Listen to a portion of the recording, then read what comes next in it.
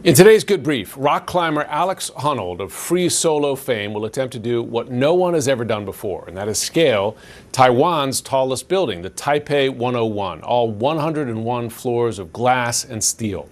And he'll do it, as he tends to do, with no ropes, no parachute, no safety net. Netflix will air his attempt live starting in just about an hour, though rain could delay that start. The husband and father of 2 young girls sat down with our Elizabeth Wagmeister, and she had a big question for him.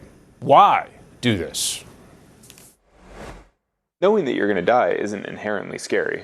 I mean, like, you know that you're going to die. Like, are you feeling fear about that right now? No, but I'm not on the side of a mountain. When I'm doing a real free solo, like something challenging, I'm focused on what I'm doing. And so I'm not thinking about all the other things. And that's kind of why you think about a lot of those things ahead of time, to sort of do all the processing that you need and then commit to the path that you're on. And then when you climb, you're sort of unencumbered by all those other thoughts. Ideally. I mean, sometimes you get up there and you're like, oh my God, what am I doing? Alex Honnold is doing what he loves, but what most would consider an absolute nightmare. Climbing tall, daunting mountains without the use of ropes, harnesses, or any protective gear, using just his hands and feet. It's so dangerous. That's Honnold, climbing El Capitan's more than 3,000-foot granite wall in Yosemite for the 2018 Oscar-winning documentary, Free Solo.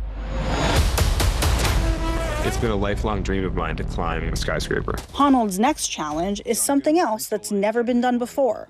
He'll attempt to scale one of the tallest skyscrapers in the world, the Taipei 101 Tower in Taiwan, 101 floors and more than 1,600 feet tall. This time, we'll see his climb as it happens.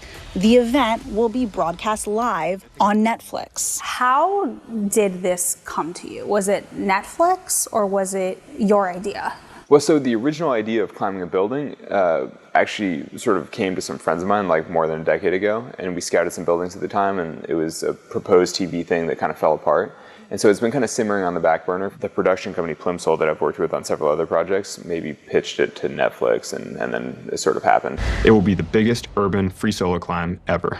And then it's interesting because even from a live sports perspective or something like a live TV perspective, I'm like, it's not that different than watching, like live football or MMA or other things like that. It seems more dramatic because the consequences are so much higher, but the risk, the actual likelihood of having an injury are, I would say, I would say close to zero, like basically zero. I feel like it's going to be fine. Whereas other sports, like people are going to get hurt for sure. Mm-hmm. They're just probably not going to die. Mm-hmm. And it's just kind of a weird, it's funny that people see the high consequences and they're like, that seems crazy. But you're kind of like, well, it's very low risk though. Whereas other things that you watch all the time are incredibly high risk. To hear you say it's very low risk, well, 99.9% of people watching this are thinking, oh my gosh, this is very high risk. Well, it's very high consequence. I mean, that's I think it's important to differentiate. Like, if something happens, I would die. Though actually on this particular building, that's not even totally true because there are balconies every 8 floors. Just the geometry of the building, like the shape of the building is such that you actually could fall in tons of places and not actually die, which makes it in some ways safer than a lot of rock climbing objectives. Cause how did you settle on this particular building? Yeah, I scouted a few of the tallest buildings in the world over time and looked at tons of photos and kind of like considered things. But actually, we went to Taipei for the first time like more than a decade ago, and basically as soon as I touched the building, I was like, this is perfect.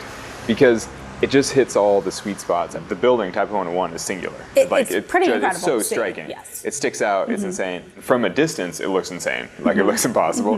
But then when you get right up close to it and you start grabbing the actual metal trim around the windows and things, you're like, oh, actually, this is perfectly suited for a human hand. It's like, it just works. I have to fully focus on the task at hand and execute well.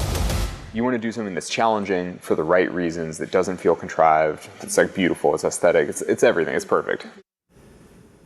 I've been to the top of that building. I would not climb it.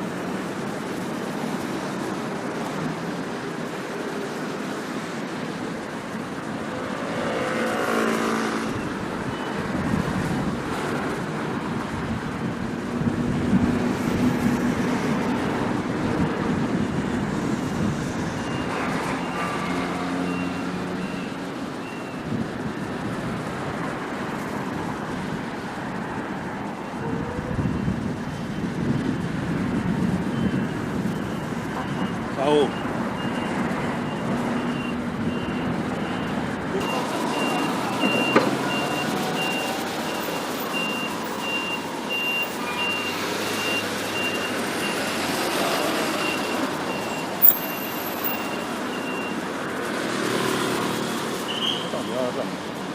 爬了一下，爬了一下。